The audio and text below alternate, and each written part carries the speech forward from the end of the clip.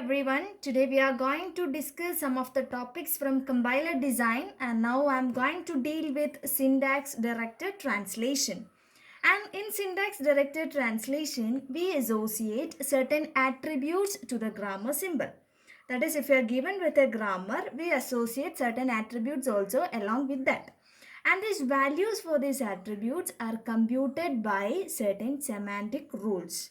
Okay, so in syntax directed translation, we associate certain attributes to the grammar symbol, and that values for these attributes are computed by using certain semantic rules. And there are two ways to represent semantic rules. The number one are syntax directed definitions, and number two, syntax directed translation schemes. And in this video, we are going to cover syntax directed definitions. And before moving on to our main topic, we have to discuss what is this attributes and attribute grammar. An attribute grammar means they are certain context-free grammar that are used to add certain additional informations to the non-terminals. That is, let us consider an example. That is, E gives E plus T. It is a production, and we have to add certain additional information to this non-terminals. That is, E dot value is equal to E dot value plus T dot value. That is, we are appending certain additional informations to this attribute grammar. Okay, now let us move further towards these attributes. Attributes are basically classified into two, as synthesized attributes as well as inherited attributes. Synthesized attribute means those attributes which get their values from their children nodes. Inherited attributes means those attributes which inherit their values either from their parent or sibling nodes. Consider some examples. Now you will get more idea about what is this synthesized attributes and inherited attributes.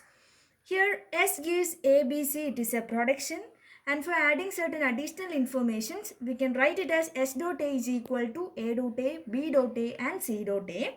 In synthesized attributes, you know that this is the parent node and this A, B, C are the children node of this S. So if this S is taking values from A, B and C, we can say that S is a synthesized attribute. Okay, I think you are clear right now.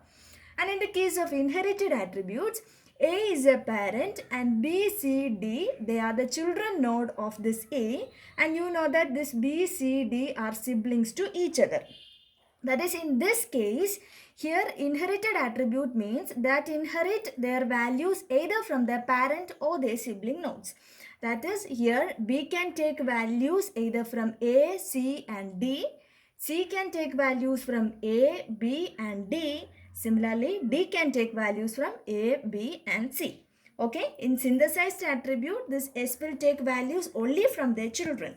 Here, inherited attribute means this A can take values either from their parent or their sibling nodes. Okay, now I think you are clear about the synthesized attribute and inherited attributes. Now let's move on to our major topic, syntax directed definition. And syntax directed definition, it is a generalization of context free. This specifies the values of attributes by associating semantic rules. That is, grammar plus semantic rules, it is called a syntax directed definition. That is, here we associate certain attributes along with semantic rules. That is, for example, here we are given with some productions, and the semantic rules for that production is also given here. That is, E gives E1 plus T can be written as E dot value is equal to E1 dot value plus T dot value. Similarly, the following can also be written. That is, it is an example for the syntax directed definition. That is, attribute plus semantic rules. Okay. That is what is called a syntax directed definition. Now let's move on to one of the examples. That is, we have to evaluate the expression 2 plus 3 into 4 using that rule. That is a rule, it is given here, and we have to evaluate this given expression. And for evaluating that, we have to draw the parse tree. And in this expression, you know that first of all we have to multiply 3 into 4, then we have to add that result with 2. So the parse tree is like this. That is, first of all, this E dot value that can be given as E gives E1 plus T. That is, E gives E plus T. And this t, we have to do what? We have to multiply these two. That is t gives t into f. That is t gives t into f, and t can take the value f, and f can take the value from the digit dot lex value. Similarly, f can take directly the value from digit dot lex value. Here e can take value. E gives t. There is a production called e gives t, and e can take the value from t, and t can take the value from f, and f can take the value from digit dot lex value. Here we can give it as 2, and here it is 3, and here it is 4.